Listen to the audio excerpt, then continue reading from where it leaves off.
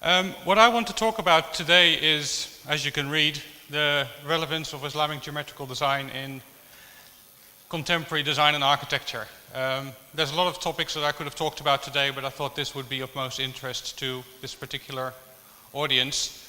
Hang on. Right, before I start with my presentation, I'll briefly tell you a little bit about myself, just in case you're interested. I'm from Holland. I live in the UK. I've been interested in Islamic geometric design for a long time, over 20 years, and I've tried my hands at different aspects of it. The first 10 years I used to make things, I used to make watercolor compositions, like this one here. I did that for years, using just a compass and a ruler, and practicing and practicing and practicing, and making 100 compositions, and 10 of them are good enough to show. It's a trial and error process. More recently, I've written books, which I enjoy. What I enjoy about it is that it forces me to think about Islamic geometrical design in a way that is as simple as possible, because I want to communicate to people who don't necessarily have the background to Islamic geometric design but want to get that background, and for that reason it needs to be accessible, both how I explain it but also how I show it visually. So here's my Turkish edition, and this book is really new, so there's a copy in the lobby. That's coming out next week or in 2 weeks from now. I also like to make things with my hands, so you can see that big star at the top there. I made that after I finished writing my book, because I was so pleased that I was finished. I thought, right, after 3 years of writing, I can make something again. And the same is true for that screen. I made that, I finished that about a week ago. It's the back of the seat of a minbar. It's a very special minbar in the Friday Mosque of Isfahan, and you've got a special area of that mosque where you've got the mihrab of Sultan Uljetu, and there's a minbar on the left side and there's a minbar on the right. This is the minbar on the left, and it has a very beautiful five-fold geometrical pattern. It looks very complex. It's less complex than it looks, I would say, and I've analyzed it in a way in my book. I won't talk about it today so much, but for me, what I find interesting about Islamic geometrical design is that it looks very contemporary, or you can make it look very contemporary by playing around with colors, with new production techniques, with new manufacturing techniques. For example, that star in the right, that red star, I had that powder coated and baked in an oven at very high temperature. And then you get this really hard, almost Japanese lacquer-like quality, which makes it very shiny and glossy. And I think it's a traditional star. You can see it in the Mustansiriya madrasa in Baghdad, for example. But of course, it's also something that can look contemporary. So that's me in a nutshell. What I want to talk about today is not a historical topic, because there will be other presentations about that.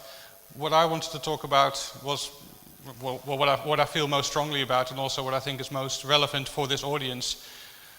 I'm assuming that most of the people in this audience are students of architecture or of design, and this whole workshop, to my mind, is geared towards introducing Islamic geometrical design to a new audience, but also enabling you here to build on this design tradition and do something new with it. So my presentation is in two parts. The first part, I've got slides of some examples of Islamic geometrical design in contemporary architecture and design, which are, I think, examples of what's best at the moment. And then the second part of the presentation is about what we can learn from Islamic craftsmen from hundreds of years ago. For example, what can we learn from the craftsmen who worked in the Ottoman era? What can we learn from the craftsmen that worked in the Seljuk era? Because that's the tradition that hopefully you will be building on. Some of you who were here this morning might recall that something that Jay Bonner said, which is very true. Islamic tradition or Islamic geometrical design is a tradition, of course, but a tradition can mean different things. There's a tradition that you want to keep alive. There's also the kind of tradition that you want to reinvigorate. And if you look at the best Islamic geometrical design over the years, if you look at the Seljuks, for example, they didn't just copy what went before them, they did something more than that. They made it more beautiful, more complex. And that's, I think, the spirit or the attitude that is most appropriate for Islamic geometrical design. You know, there's also a place for doing things very traditionally, but I would say to this audience, don't forget that the best craftsmen over the centuries did more than that. They didn't just keep something alive, they wanted to do more, they wanted to use their creativity and their skill to build on what preceded them. Okay, so I won't name all the images because I've written little captions to them, but these are some masterpieces to my mind of Islamic geometrical design. Keep in mind as we go through the presentation that, of course, because this is a workshop about Islamic geometrical design, it would be very easy just to think, oh, this is a lovely six-pointed pattern, but of course it's the entire composition. It's also the things that are around it. It's also the contrasting stone. It's also the rectilinear pattern contrasted with the curvilinear patterns. It's the whole composition. It's not just a little detail, I would say. Okay, so let's start with some modern things. This is a wonderful building which was built about 2 years ago, maybe 3 years ago in Australia.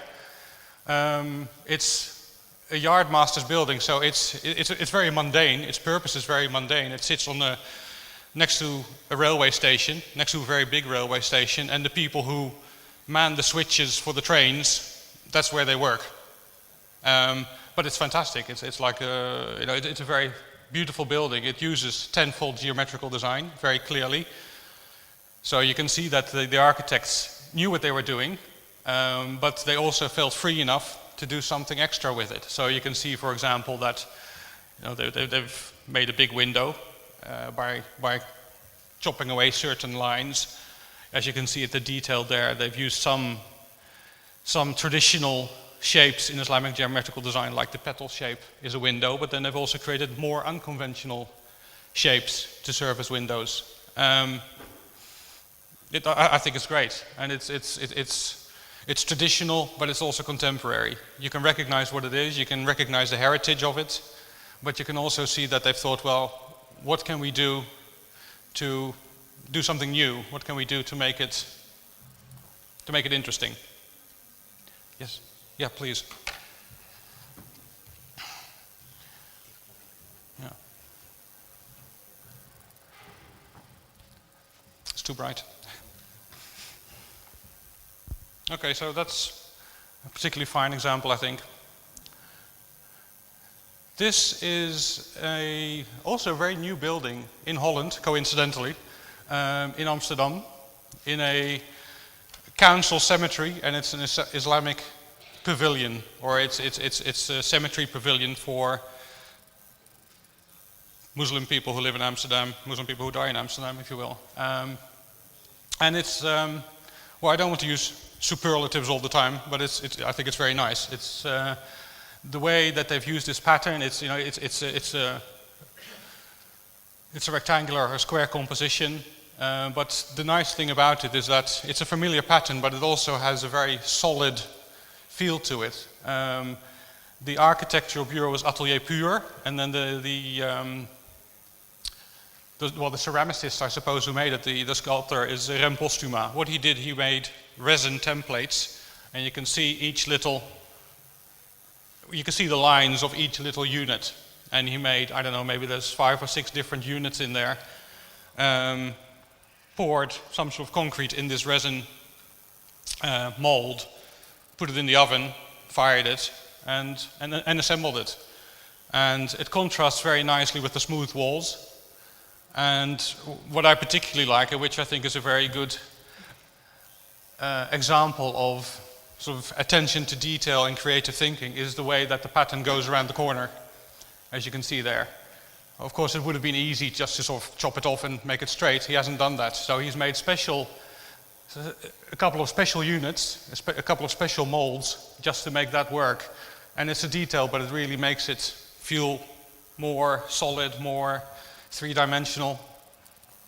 Yeah, so a thing of beauty, I think. Another Dutch person. This time it's a fashion shop in Bahrain. The designer is Marcel Wanders, who's arguably Holland's most famous and most prolific designer. He does lots of work. He did a fashion shop here, and you can see that the way he's used Islamic geometrical design is really quite different. It's conventional as well, because he's made a screen to separate one space from another, so that's very traditional, of course, in Islamic geometrical design. But then he's changed the scale, made it very big. It still does the same thing, but it looks very different. It gives a very different flavor to a traditional pattern. Similarly, as you can see, this big lampshade-like thing also has a geometrical design, which is then sort of made to fit on a curved surface. And he's used a very glossy white material, which of course is also not conventionally associated with traditional geometrical design, but by using different materials and by treating the material in a different way, you get a very different effect. But you can still see the heritage, you can still recognize it as Islamic geometrical design, but it works in a way, in a contemporary environment, even in an expensive fashion boutique in Bahrain.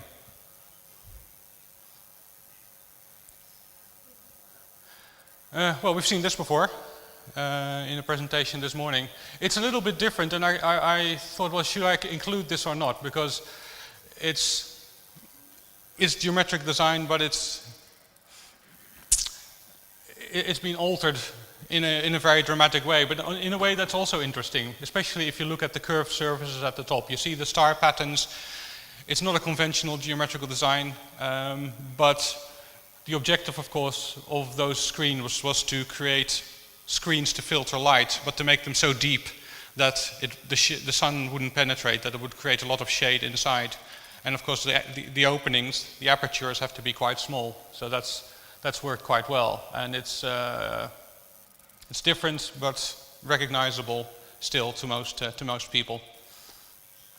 I've added the one at the bottom because it does more or less the same thing, and it means the same architectural bureau.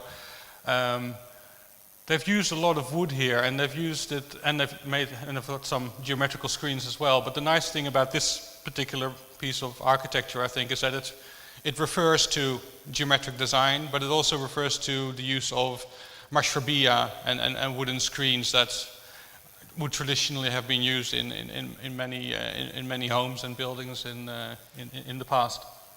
So this one is a bit different than the other examples that I've shown, but it's very subtle, and that's what I like about it. You know, they've really taken a lot of liberties with the pattern, but they've still made it recognizable. It's just sort of on the border of a departure from Islamic geometrical design, and it's still maintaining some of the traditional aspects.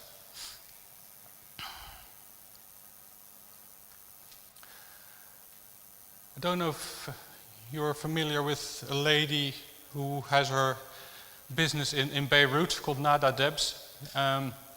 She's been making things for a very long time, and she's also one of the shortlisted candidates for the Jamil Prize this year at the V&A Museum in London. This bookcase I think is fantastic. Hopefully I'll have one in my home at some point in the future. Of course, it's a geometrical pattern. It's very recognizable, but it has a completely different function, and it's modern, it's traditional, it's both things, and it's a bookcase. So what could be better? You could argue. The book stands are interesting because she's done something which you can do very well here in Turkey as well. You know, in Beirut, in Lebanon, you still have craftsmen who are very skilled at mother-of-pearl inlay. You've got craftsmen in Syria who are very good with silver inlay. These craftsmen make traditional work, but if you design something for them that requires their skill, but in a different context, that can work very well, which is what she has done. So these craftsmen would normally make something very different. They might make a box with a geometric pattern with mother of pearl inlay. Instead, Nada Debs has given them something else to make, and which has resulted in those two bookends. So it's not just about the traditional geometric pattern, it's also using the traditional craftsman skills, which you have in abundance in Turkey, and using these craftsmen who know how to do these things and asking them to do something new, still within the traditional geometric design, but something that hasn't been done before.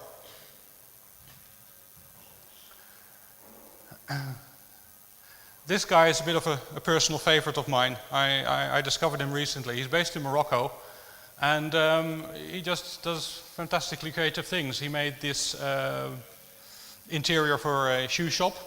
Of course, it's a relatively simple four-fold design, and he's taken some intersecting lines away to allow the shoes to sit on the shelf, obviously.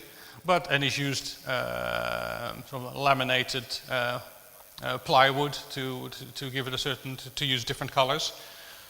Obviously it's recognizable as a geometrical design, but it has a completely different function and it exists in a completely different environment. The second thing that he's done in that particular photo, you can see the till, the counter where you pay. It's a rectangular box. Within that, a counter made in the traditional Moroccan zellage tradition. So he's more or less done the same thing that Nada Debs did with those two book stands. In Morocco you have many craftsmen who know how to make beautiful geometric compositions. They will do traditional work unless you ask them to do something else, like that. And that's using local talent, local craftspeople to make something different, which is still recognizable as geometrical design. I think it's very successful. This is called the Zellage Man, which I think is quite cute. It's 3D printing. And that's of course something this is also 3D printing, by the way, also by him. And that's something of course you can take advantage of now, because it opens so many possibilities to manufacture things. You don't have to make 100 of them, you can just make one of them. It gives you so much more freedom to experiment with very complex designs. As long as you can design it on your computer, a 3D printer will make it. Yeah, so I think he really does a lot of nice work. This is in Seville, in Spain, also quite new. It's very ambitious. You can see it's a huge metal screen covering, basically wrapping the whole building, including the court. It's appropriate, of course, also because the south of Spain, Andalusia, has a very large tradition of geometrical design, and it's completely metamorphosed the building by putting this screen around it. It's also traditional because, of course, decorating the outside of a building with a geometric pattern is something that's been done for centuries. It's not been done in this way, but it's the same principle, and to a certain extent it's the same visual effect. So it works very well. I mean, the only quibble I would have is that they've used a 10-pointed star, which you don't see a lot of in Seville or in Andalusia, and also that the way they've pushed the patterns together wouldn't win any beauty contests, as far as I'm concerned, but visually it works really well.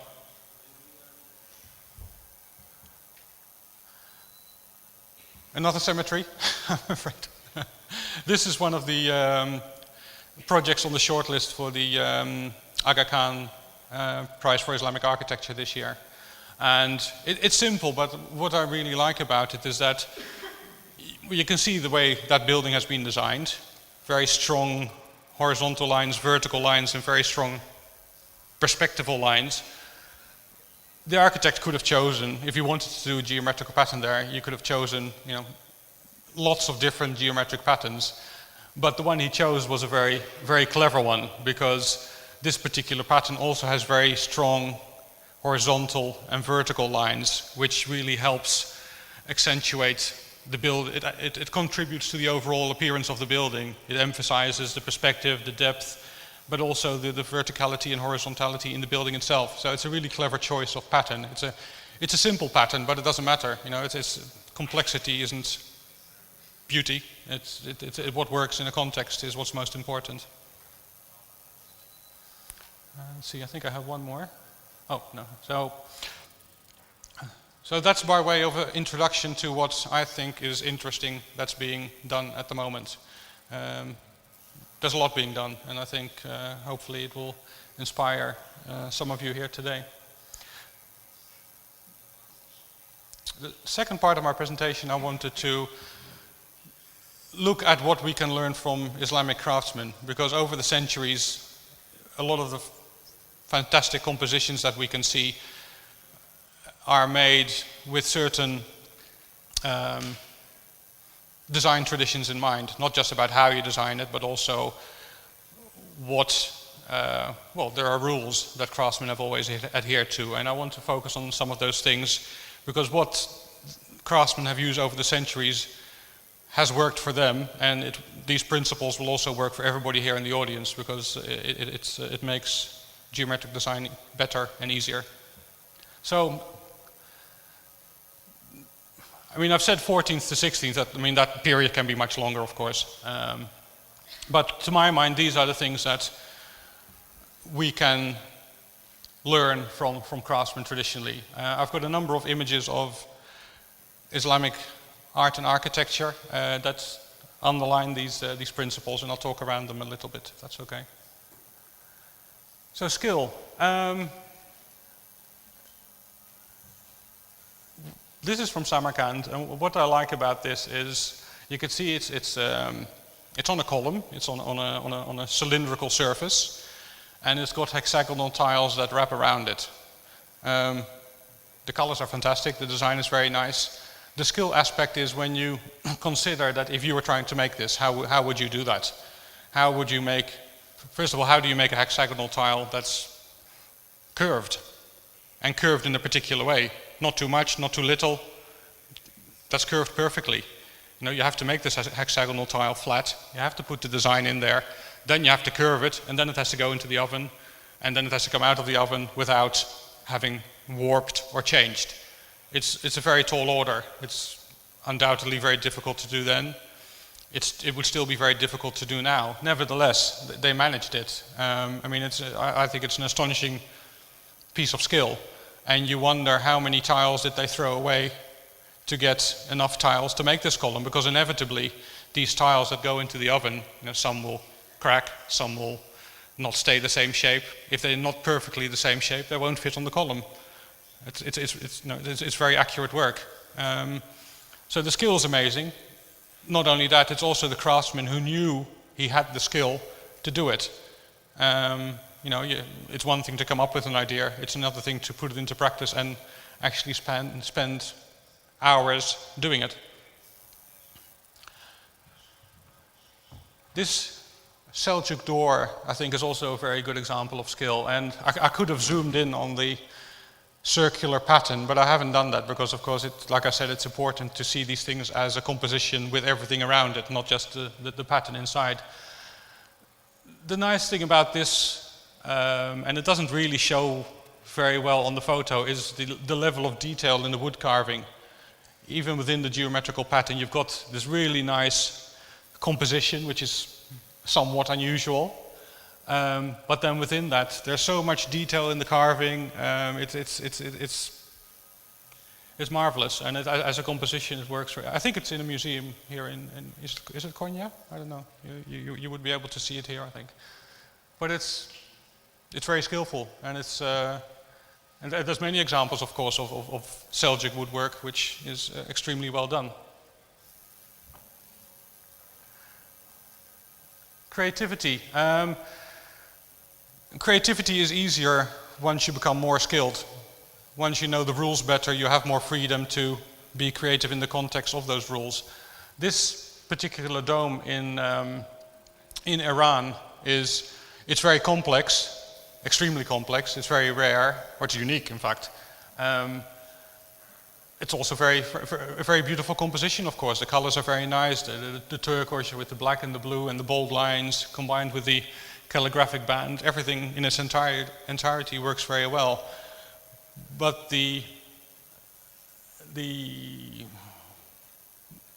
fact that the craftsman could even come up with something like this in his head and then execute it so perfectly is amazing, and it shows confidence in his own skill, confidence that he would be able to execute it, not only design it, but also that it would work very well. And the amazing thing about this, for us people who have a great interest in Islamic geometrical design, is how many different stars are on this dome.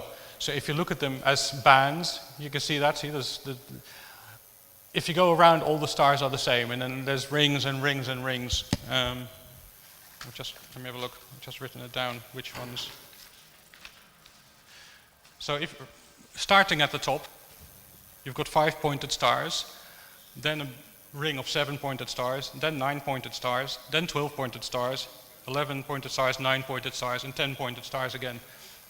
If you go from the top down to the bottom, and everything joins up, everything fits together, everything interlaces.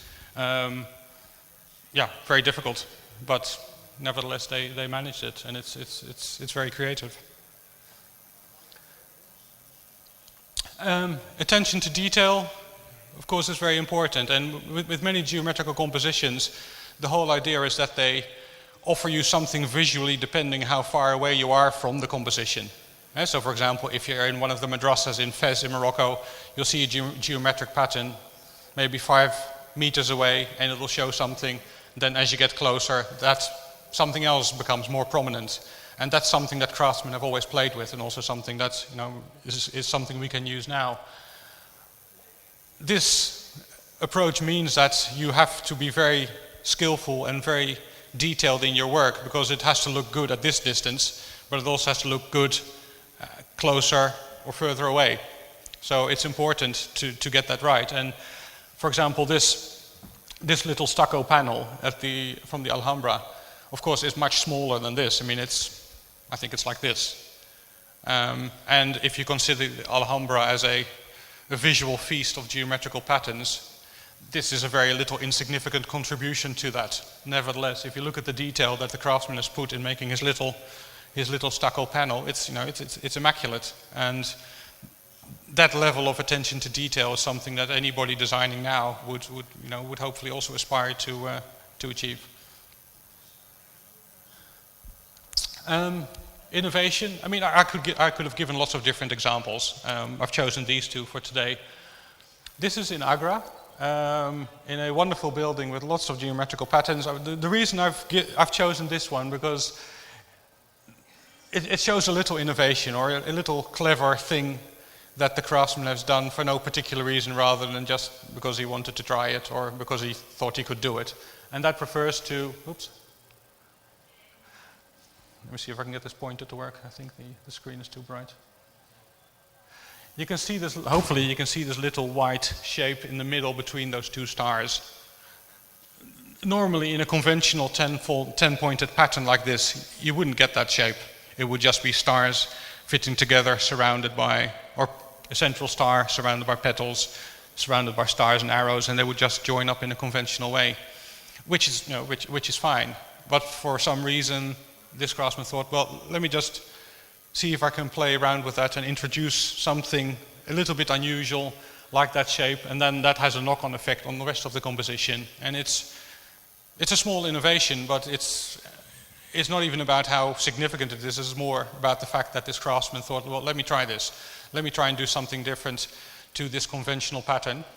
To us now, this looks like, it is a traditional Islamic geometrical pattern, but there was a time when such a pattern didn't exist until somebody thought, oh, let me try this, and let me try and create something like that.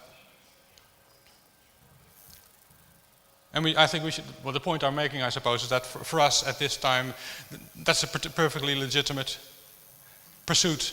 If we understand Islamic geometrical design, it's not just about copying, but it's also trying to do something new within the rules that govern Islamic geometrical design.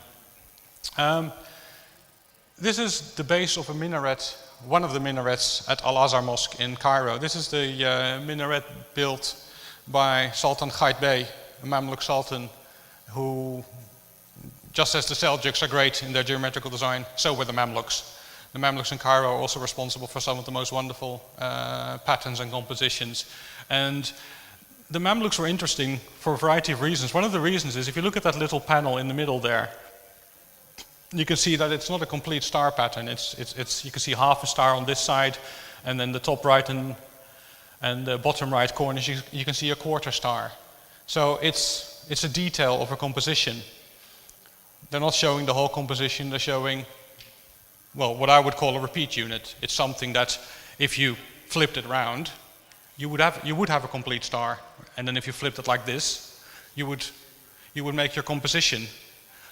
If you did that, you would make a composition that you would see in North Africa quite frequently, but not a composition that you ever see in Cairo. So why did they do that? You know, what's the purpose of this? Why would they do part of a pattern? I mean, I don't know the answer. I think there's two plausible explanations. One is that in Mamluk Cairo, there was so much geometrical design for people to look at as they just walked the street that they were very familiar with it. So that if they saw one pattern or part of a pattern, they could visualize a bigger pattern, maybe that. Or maybe this was a little template that they found somewhere that came from North Africa, that they then copied because they thought it was, you know, of enough aesthetical merit to be used as a panel. I don't know, but it's innovative, it's unusual. The Mamluks were the first ones to, well, almost the only ones to do that. And it's intriguing as well. You see the same thing here, by the way. You see this little diamond-shaped panel underneath the awning there. That's also showing only a part of a pattern rather than a whole pattern.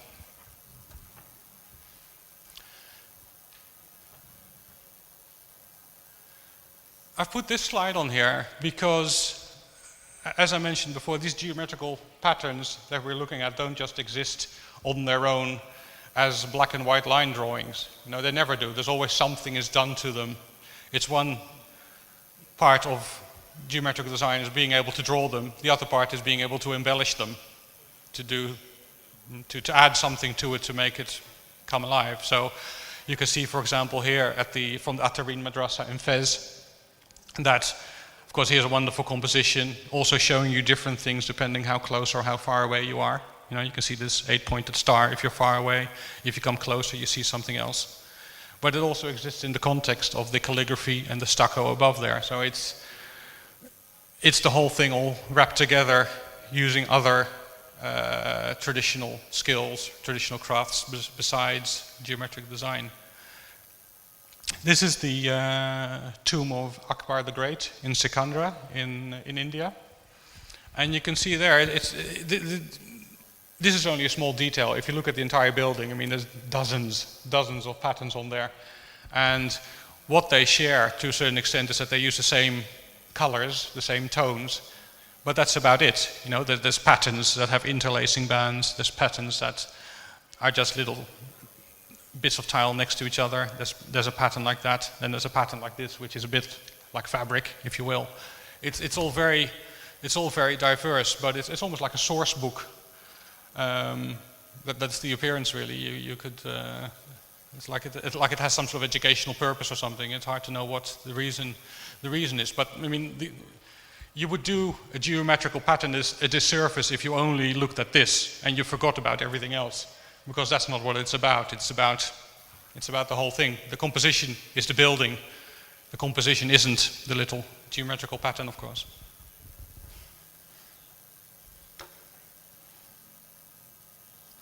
So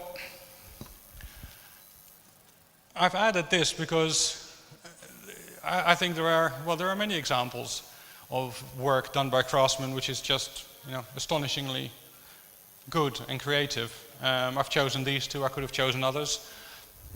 This tile, I think, is particularly beautiful. It has, as you can see, a very unusual 8-pointed star in the middle that interlaces in a very unusual way, which, you know, creates these curvilinear elements.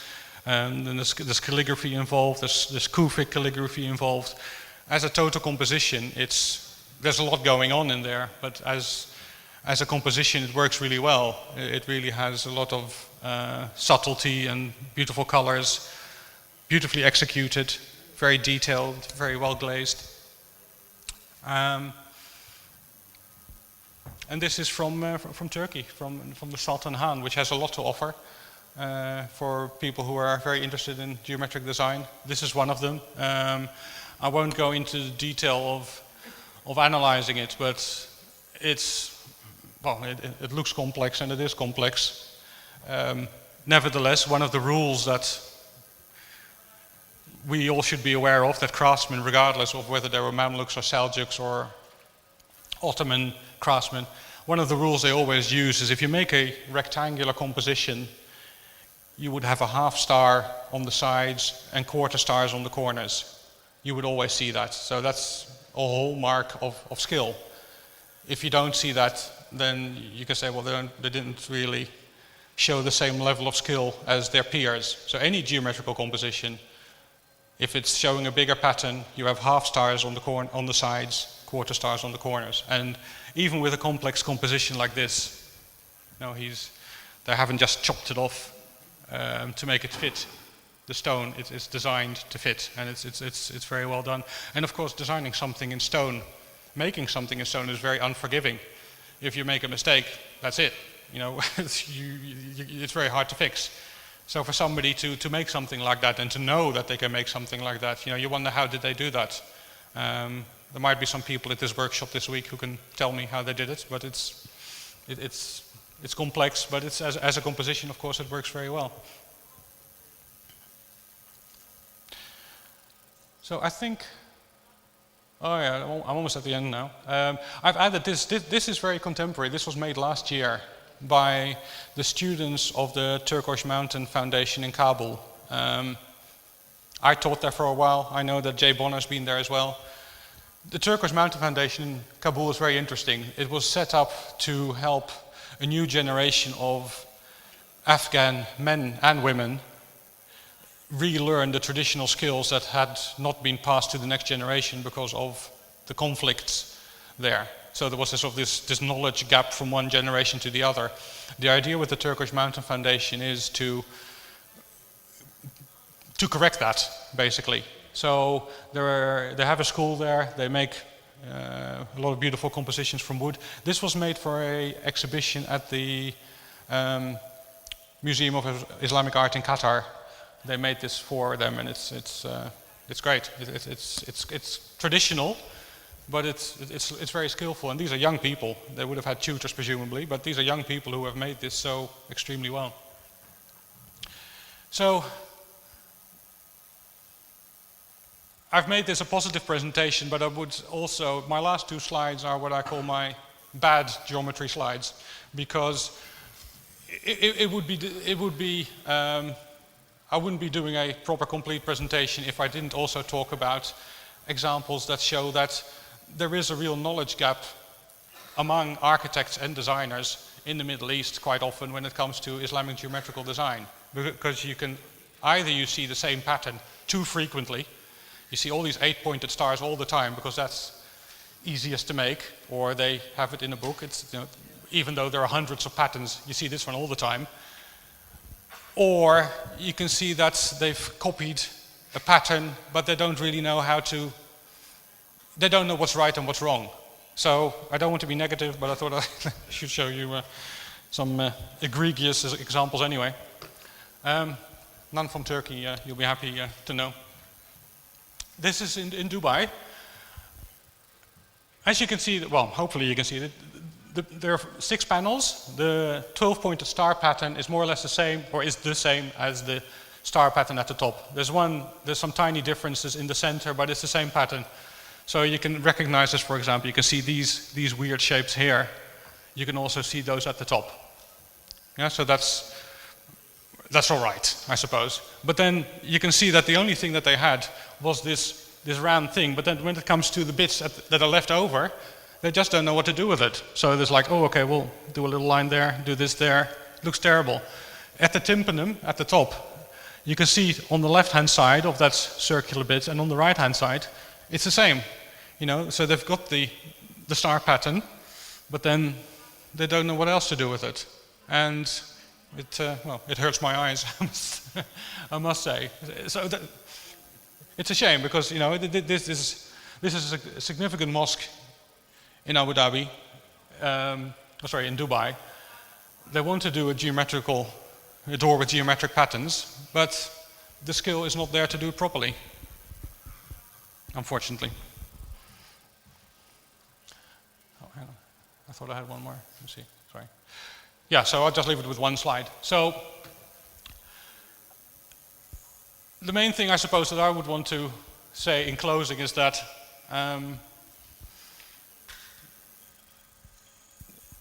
it's important to be creative because we live in the 21st century. As designers and architects, we want to create new things, and Islamic geometrical design gives that opportunity. But it's important to learn the fundamentals, which hopefully is why you're here this week, so that within the context of that knowledge, you can do like the Seljuk craftsmen did, or like the Ottoman craftsmen did, and add something and do something new. That's really the way to keep this tradition alive, not by repeating what's already been done, even repeating it well. It's not, to my mind, it's not about that. It's about building on that and making it an area where you can be personally creative rather than being too thinking that you can only be traditional in what you make. So, thank you very much.